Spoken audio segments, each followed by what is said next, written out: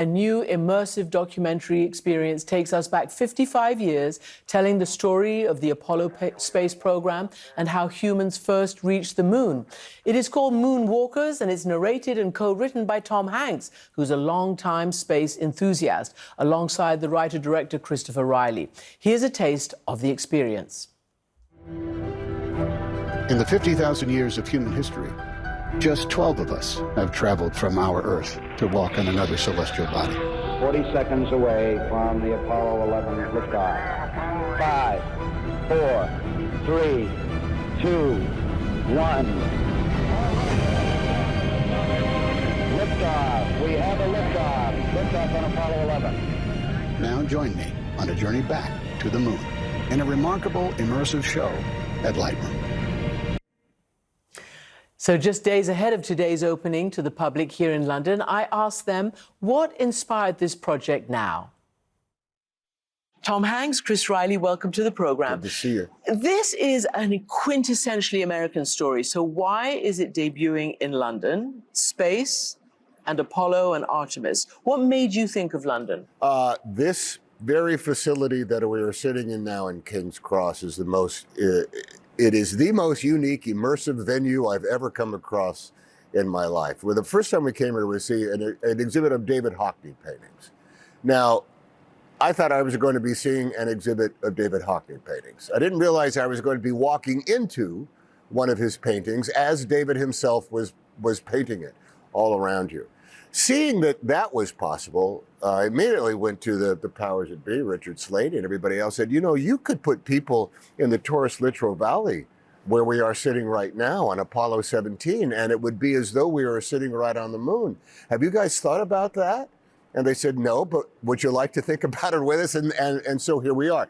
The uniqueness of this space, I could not quite fathom it's not virtual reality, Christiane, it's reality. It's not a headset with earphones on. You are literally in a 360, well, you don't have a roof on us, but below you and all around you is the environment that you want to create, and it just so happens to be the vacuum of space and the Sea of Tranquility. And the two of you wrote this together. What did it take to write this? What were you trying to achieve? What was it about the moon, the story that's been told so many times? That's a good question. Why? Well, yes. I mean, it's not entirely about the moon. The story is actually a story of hope, of course. It's about hope of humanity, of what we can do when we work together. Apollo really epitomizes that. It was the work of 500,000 people for a decade, all pulling together for one particular quest. And it was driven by curiosity in part. And when we are curious, we discover unexpected things. And that's essentially the message we wanted to try and convey in part, isn't it? You know, the discussion is why and why now. And I think that if you took the headlines of 1969 and the headlines of 2023, they actually match up in quite... What's the word I'm looking for? Synchronicity.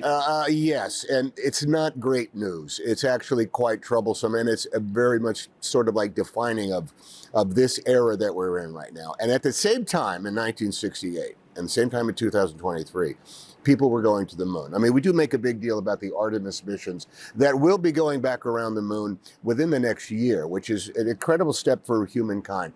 For myself, when I was 13, the Apollo missions were this example of, it was an evolutionary place in the consciousness of humankind, because the only reason to go to the moon was because we're human beings and we desire to figure out what is on the other side of the hill. And that affected me very much then. And if we're human beings, do we not have to remain curious? And do we not have to strive in order to see what is on the other side of that hill? And do we not have to be stirred? Because you say correctly that this unbelievable 360 experience puts you in the moment. And the opening words we've heard, and you have the opening narration. Every human being who ever lived on the planet Earth looked up at the moon. And it's given us our seasons. It's given us our day, the length of our month. And we've been moved by it, you know, spiritually. How did you come up with, I mean, what's really curiosity, human, you know, connection to your opening statement? How did that come out?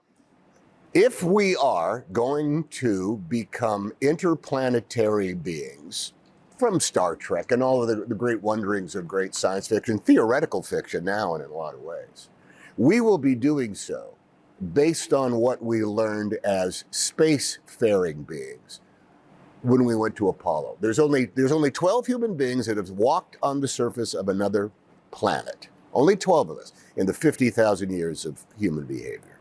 When we do it again, and we will be doing it because these were the pathfinders who showed it was possible in the first place. It's not just a matter of the technology, certainly that is, but it's also as a question, as you yourself said, it's wherewithal. Do we want to? And the answer is yes, we do. So then the how is, well, we already have kind of like a template of how. We just have to follow it through to whatever the next chapter is going to be. And Chris, I don't know whether you wrote the opening statement, but the idea of looking up and always seeing this moon, and it is the repository of all our dreams and all our hopes. Yes, Tell me about that. The moon is a beacon, of course, and it's something we're all familiar with in our lives. It's always up there, ever changing, as well. And wherever you travel on Earth, it's different too. And in many ways, it's pulled us off the planet. So we dreamed about it, first of all, as Tom says. For centuries, we wrote about it. We invented gods up there, as Tom's words explain at the beginning. And it's tugged us off Earth, because without the moon, there was nowhere to reach to. Neil Armstrong, I recall, saw it in the same way as the islands just off the coast of China that tugged us as a species into the Pacific. Because if you couldn't see something to reach that wasn't over the horizon, you wouldn't have had the courage to go. And that's what the moon symbolizes for us as well, I think.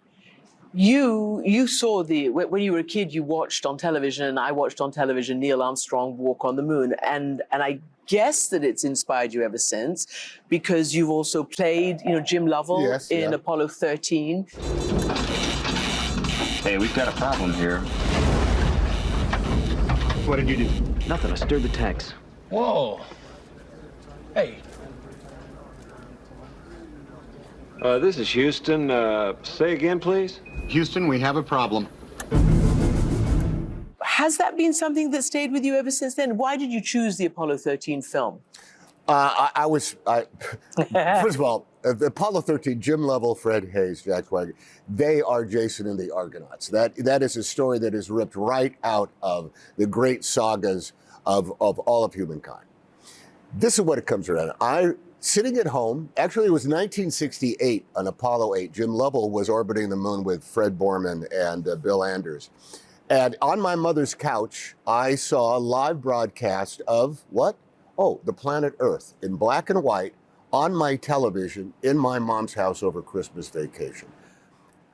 Something in my feeble little brain could not quite fathom that I was watching us on Earth from an orbiting spacecraft that was around the moon, pointing a television camera back at us. And there were the only three people that were not in that photograph were the crew of Apollo 8, or the crew in that broadcast.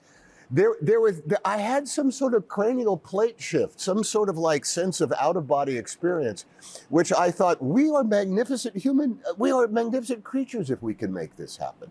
And look, to be 12 years old and watching that on TV and have a spiritual, artistic moment of enlightenment, that's an impactful thing. I've carried it with me forever since, because I still can't fathom that a guy named Jack Schmitt was walking around on the moon just like that and brought home some rocks for us to study. Would you ever go? I mean, obviously space travel is becoming more and more, proletarian, if you like, as long as you've got $1 billion.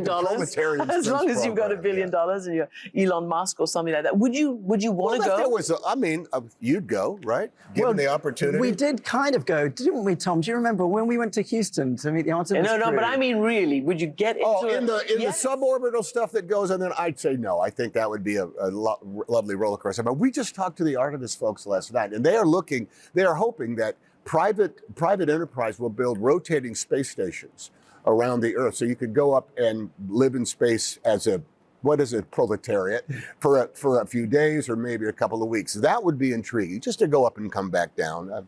I'll ride a roller coaster instead. It's also worth remembering, I think, that in the next 2 years, there's going to be 25 missions to the moon. I mean, that's way more than there were even in the 60s. Between India and China and the United States and the Well, Europeans. that's what brings me to the international. next. You raise an interesting point, because India's done a biggie on the south side, China's done a biggie landing on the dark side. There is a fear in the United States at NASA that unless, and even a SpaceX executive has said, unless we get our act together, whether it's Artemis or whoever next, we are going to be beaten by China, by India, by Russia, by whoever. Do you think that matters? Well, the thing about leaving Earth and exploring beyond Earth is that it has to be an endeavor that we do collectively. And so there's room up there. The moon is huge, as Tom says in the show, the size combined of Brazil and the United States and Russia. There's a massive landmass. There's room there for us all to explore. We really shouldn't be restricting it to one or two countries.